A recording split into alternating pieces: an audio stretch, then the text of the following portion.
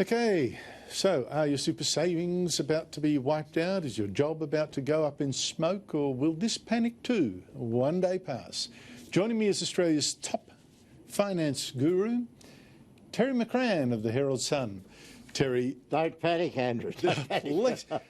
Have you ever seen anything like this in your life? Well, yes, it comes from time to time. I mean, the coronavirus is one thing. We haven't actually seen anything quite like that before. But these market dramatic falls, sudden recoveries, well, I've seen a few of those over my time in the market. It's pretty easy to explain what's happened over the last 2 days.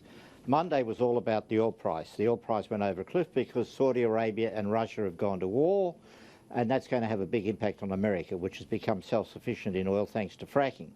And it's going to affect American companies, and it's going to affect American banks. So that was what caused the plunge on Wall Street on Monday night, and we went down because we could see that coming because of our ability to trade futures.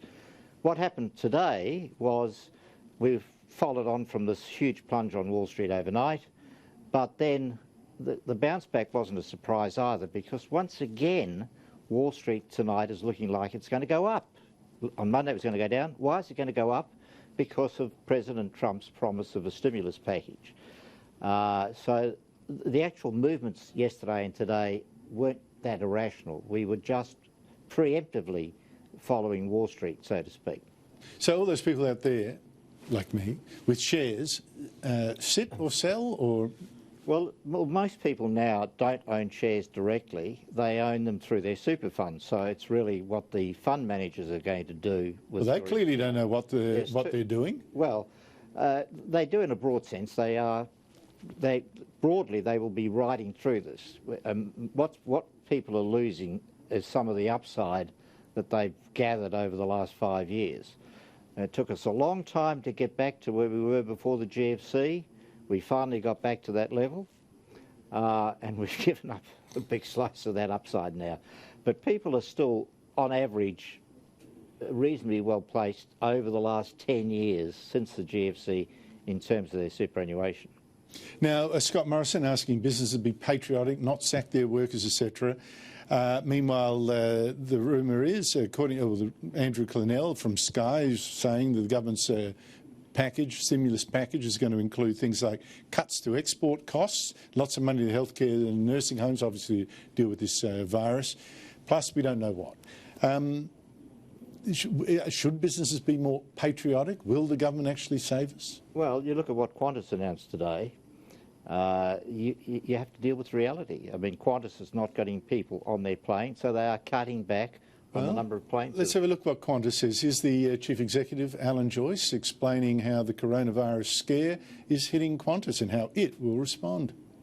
We are taking 25% of capacity out of our international operation and 5% out of our domestic operation. It will mean that we are grounding now 10 of the 12 A380s. In fact, we're grounding around 38 aircraft in total. So obviously there are real businesses suffering. The other thing I want to do is give him a tick for taking his pay cut for the next 4 months. I mean, he's stepping up to the party. Of course, that's also part of the negotiations with the union. So, but you know, when it's on, what is it, 20 mil or whatever? Well, that's very good. I think it's stepped up, and I think you should get a tick for that.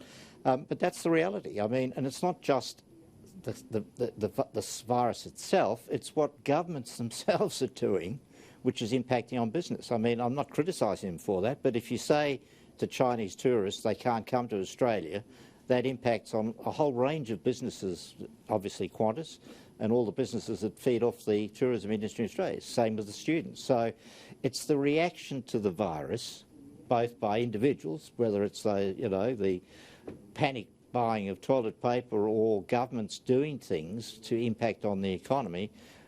Again, I'm not saying they shouldn't be doing that, but that's the reality. And so the economy is going to take a big hit. Will it be a recession? It'll be something like a recession. I'm not going to predict how much the economy is going to go down, but it'll certainly be negative in the March and June quarters. And how long will it take to come back? I mean, it's as uncertain as what happens to the virus. I mean, on the one hand, you've made the point very effectively that we've had this massive overreaction to the virus. But if it keeps dribbling along through the year, we'll probably continue to get that massive overreaction. At which stage I think the government might have to think, do we keep holding daily press briefings, 5 more people have got the virus, 6 more people have got the virus, or whether you need to... Andrew, the other thing which people haven't thought about is that at the moment we're telling people they can't come to Australia from China and from other places.